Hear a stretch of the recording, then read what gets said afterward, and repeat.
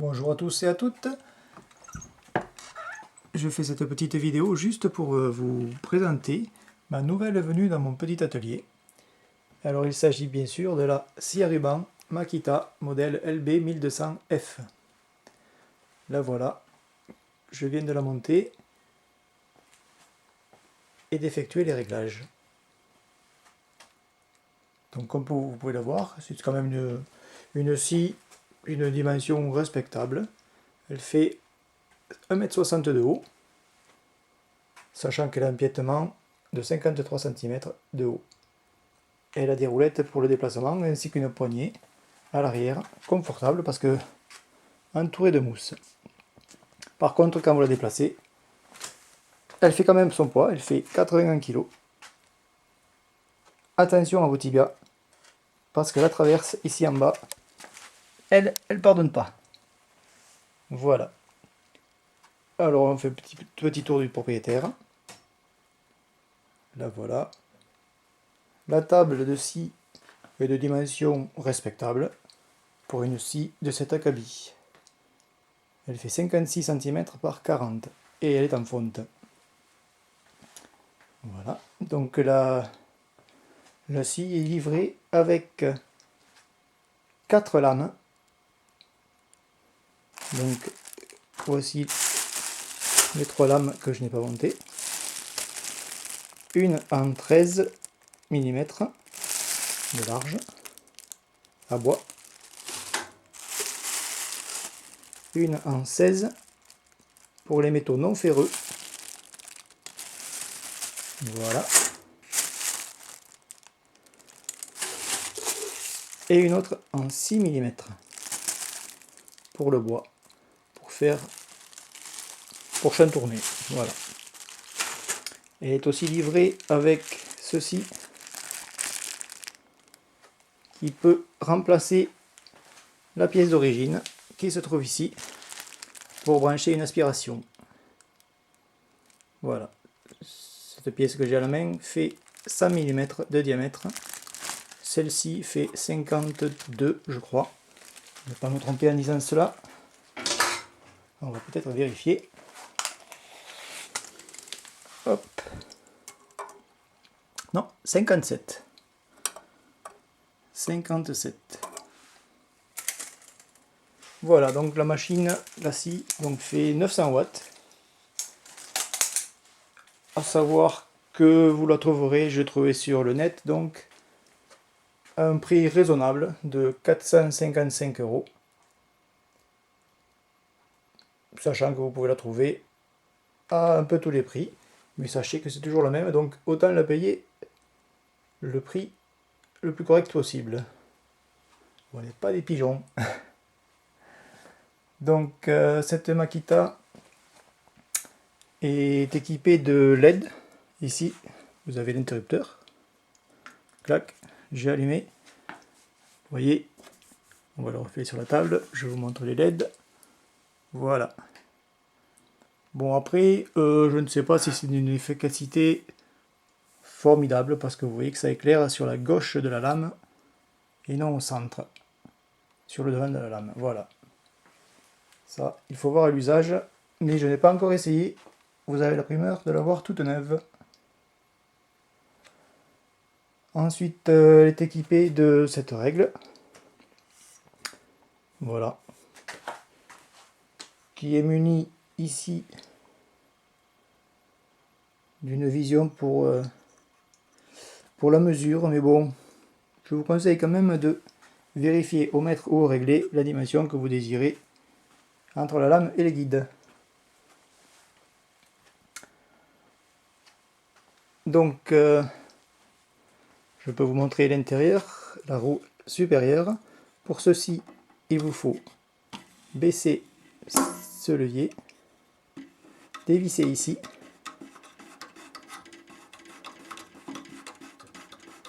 voilà, et là, hop, le carter s'ouvre et on découvre la roue de 305 mm de diamètre. Voilà. Ici, vous voyez un coupe-circuit. Voilà. Voilà, donc la machine s'éteint si le carter n'est pas fermé ou si il s'ouvre tout seul, ce qui quand même m'étonnerait fort. Voilà. Il y a aussi, vous voyez, une petite brosse qui évite l'accumulation de sciure sur la roue. Je vais vous ouvrir le carter inférieur. Par le même procédé, on baisse ici. Vous avez entendu le déclic. Hop, on tourne la molette.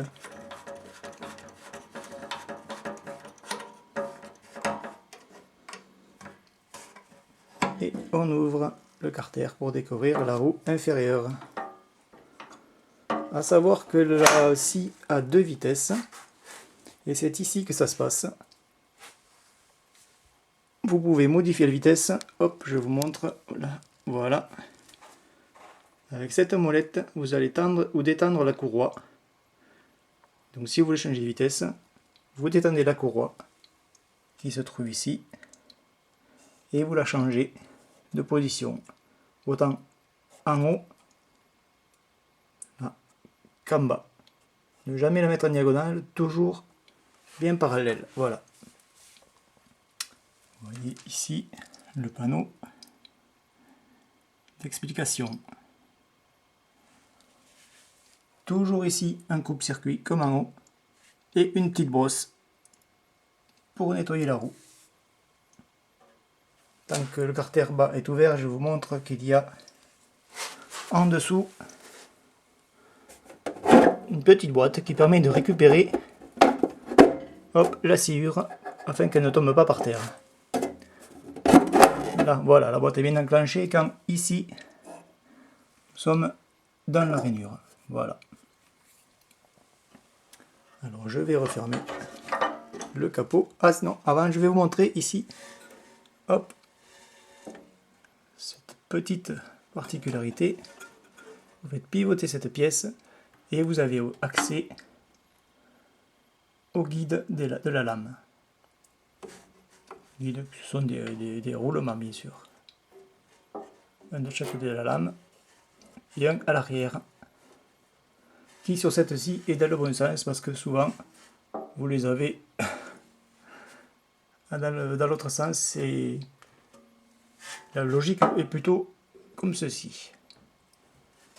Hop, je referme et je peux hop, refermer. Hop, voilà, je monte et je rebloque la molette.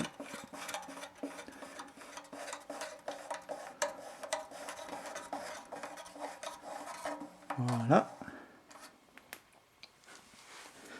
On va faire pareil à l'étage supérieur. Je vais d'abord vous montrer ici, quand vous mettez la lame en place, il vous faut enlever cette partie. Vous voyez, elle se soulève et elle s'enlève pour pouvoir passer la lame. Sinon, vous allez avoir du mal. Hop, voilà. Donc je referme. Là, voilà. Vous voyez, c'est très simple. Ça marche plutôt pas mal.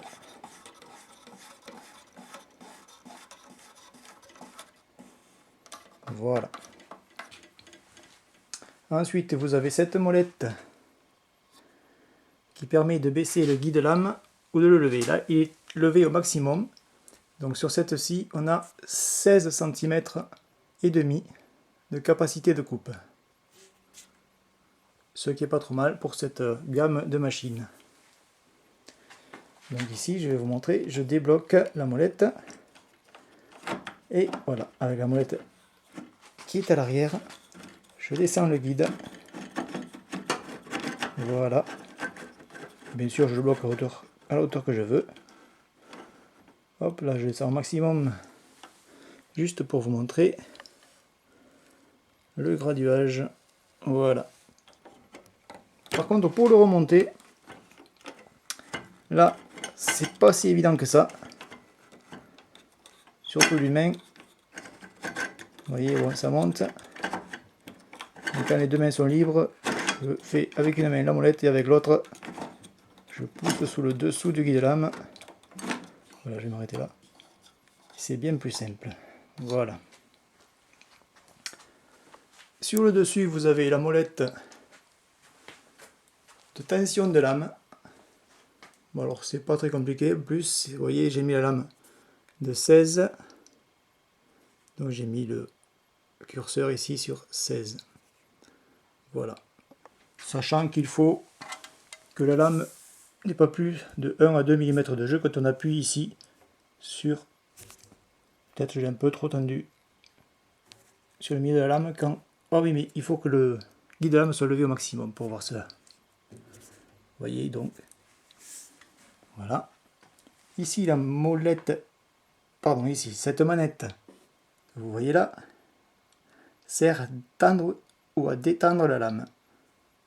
Voilà. Et celle-ci à régler le fait que la lame soit sur le centre de la roue ou trop sur l'avant ou trop sur l'arrière. Voilà, c'est avec celle d'ici que ça se passe. Et avec un petit contre-écrou papillon ici pour bloquer. Ça ne fait que, en fait, incliner la roue vers l'avant ou vers l'arrière. Voilà. On fait un petit tour du propriétaire. Voilà. Alors après, ici sous le dessous de la table est inclinable donc. Vous voyez les gradations, là je suis sur 0 ici. Et c'est inclinable jusqu'à 45 degrés, vous le voyez là. Il suffit de débloquer cette manette et avec celle-ci, en la tournant, de faire basculer la table dans un sens ou dans l'autre. Après bien sûr il faut vérifier, là je me suis mis à 0, pour vérifier il faut mettre une équerre sur la table et contre la lame pour vérifier l'équerrage. Sauf que je n'ai pas d'équerre de la bonne dimension parce que la mienne, vous voyez, elle fait 40 cm et elle est bien trop haute, donc je ne peux pas vérifier l'équerrage de la lame. Même si je la mets dans l'autre sens, elle est encore trop haute, je ne peux pas. Bon là je ne suis pas monté le guide au maximum, mais croyez-moi, ça se joue à 1 ou 2 cm, mais ça passe pas. Voilà, c'est pas grave, je verrai ça plus tard. Ensuite, qu'est-ce que je peux vous dire ?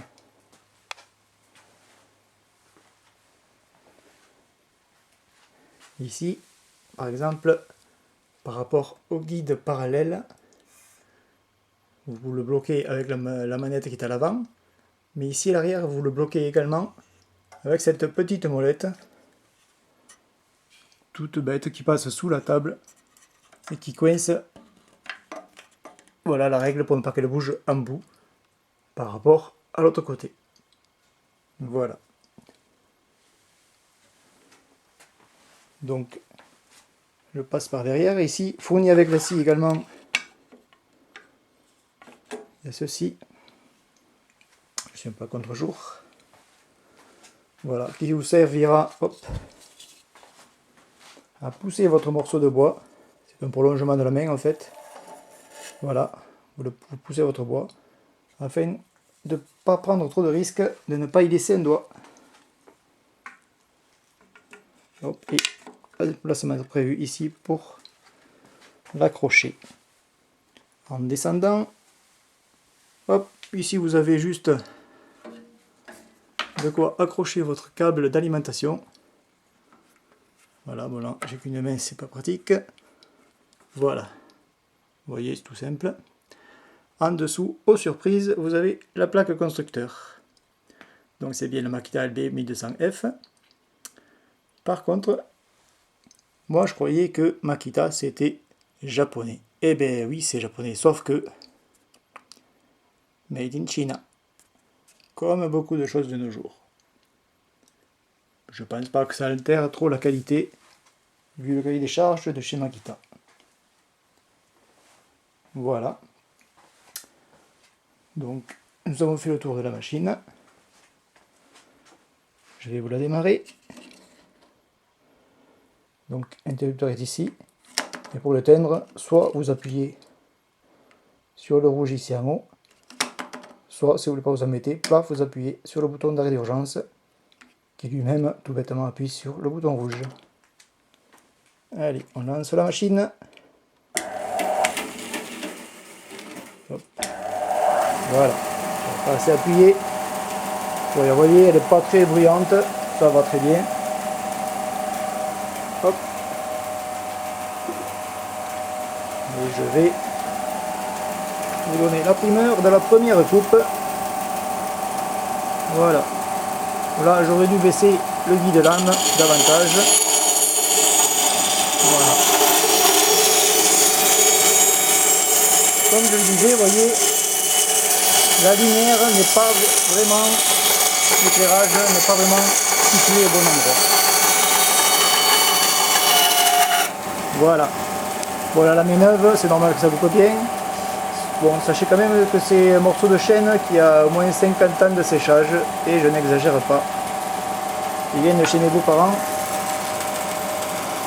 Je sais très bien ce que je dis, donc il est très sec.